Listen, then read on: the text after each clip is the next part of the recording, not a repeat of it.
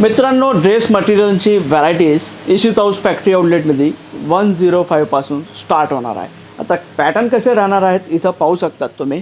हे सगळे प्रॉडक्ट इथं 105 पासून तुम्हाला 2000 पर्यंतची प्राइस रेंज इथं अवेलेबल होणार आहे.